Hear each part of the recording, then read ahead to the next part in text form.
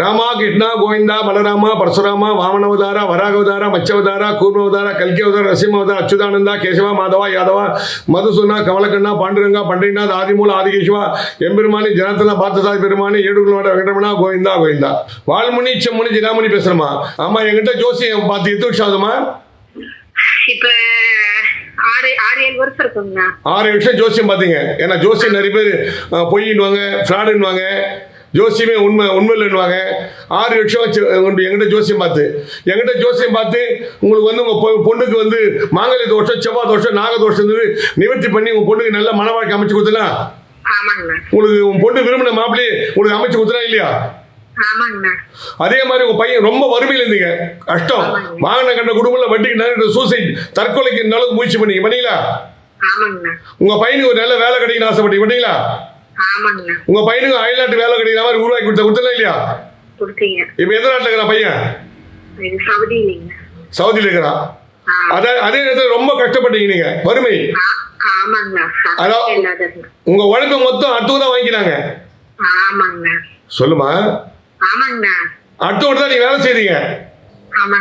அடுத்த மாதிரி சுயமா நீங்க சொந்தமா தொழில் செய்யணும்னு சொல்லிட்டு சில பரிகாரம் பண்ணி கொடுத்து இப்ப சொந்த தொழில் செய்து உங்களால அதாவது ஆர்டர் கொடுக்க முடியல. ஆர்டர் கொடுக்க முடியல. அந்த அளவுக்கு உங்க வியாபாரம் பிஸியா பண்ணி கொடுத்துட்டா.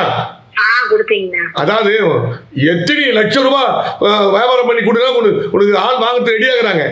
ஐயா கிட்ட போன கொடுப்பா. வணக்கம் வணக்கம். எங்கிட்ட வரதுக்கு முன்னாடி எப்படி இருந்து இப்ப எப்படி இருந்து சொல்லுங்க. ஒண்ணுனா ஐயா, நான் வந்து ரொம்ப கஷ்டம் இருந்தேன் ஐயா. நம்ம கிட்ட வந்ததுக்கு அப்புறம் தான் பாப்பாவுக்கு பரிகாரம் பண்ணி நீட்டா கல்யாணம் நல்ல முறையில் பண்ணி கொடுத்துட்டேன். நீங்க சொல்றத நான் கேட்க நல்லா இருக்கிறேன் முன்னேற. அப்புறம் இது முதல்ல நீங்க அடுத்த முதல்ல வேலைக்கு போயிருந்தீங்க. நான் கூலிக்கு வேலை செஞ்சுட்டு இருந்தேன் ஐயா. இப்ப எப்படி இருக்கீங்க? இப்போ உங்க புண்ணியத்துல நான் கொஞ்சம் நல்ல முறையா சாப்பிடுவேன், நல்லா இருக்குதுங்க. இப்ப சொந்த தொழில் ஆரம்பிச்சீங்களா இல்லையா? ஐயா, சொந்தமா தொழில் ஆரம்பிச்சிட்டேங்க ஐயா. அதுக்கு முன்னாடி அடிமை வேலை செய்தீங்க, இப்ப சொந்தமா தொழில் செய்து இன்னைக்கு முன்னுக்கு. ஆமாங்க ஐயா. உங்க பையன் நிலைமை எப்படி இருந்து முன்னாடி, இப்ப எப்படி பையன்? பையன் சவுதியில் இருக்காங்க ஐயா. நீங்க தான் அந்த வேலையை நான் உங்கள்கிட்ட கேட்டேன், நான் ரெடி பண்ணி தரீங்க. அதே மாதிரி அவனுக்கு ரெடி பண்ணி கொடுத்தீங்க வேலையும். அப்ப நல்லா வேலை செய்யறா, வெளிநாட்டு வேலை செய்யறா? இருக்காங்க ஐயா. இப்ப சொந்த தொழில் அமைச்சு கொடுத்துட்டா? அமைச்சு கொடுத்துட்டீங்க ஐயா. வறுமை போயிடுச்சா? போயிடுச்சு ஐயா. அதாவது எங்கிட்ட வரதுக்கு முன்னாடி உங்களால முன்னுக்கு வர முடியல, அடிமை மாதிரி வேலை செய்தீங்க. உங்க பொண்ணுக்கு கல்யாணம் வேலை, பையனுக்கு வேலை வெட்டி இல்லாம இருந்தா பையனுக்கு நல்ல வேலை வர மாதிரி, உங்க பொண்ணுக்கு நல்ல மன வாழ்க்கை அமைகிற மாதிரி பரிகாரம் பண்ணி சொந்த தொழில் அமைகிற மாதிரி பரிகாரம் பண்ணி கொடுத்துட்டேன் இல்லையா?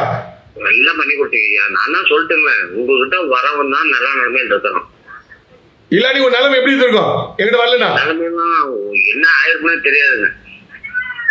அப்ப ஜோசி உண்மையா பொய்யா? ஐயா உண்மை ஐயா. நீங்க வந்து செம்முனீஸ்வரர் சாமி, நான் 30 வருஷத்துக்கு முன்னே உங்களை அந்த 1 ரூபா போன் காலில் போட்டு உங்கள்கிட்ட கேட்பேன், எனக்கு நீங்க நல்லது பண்ணி விடணும். அதே மாதிரி பண்ணி கொடுத்தா இல்லையா?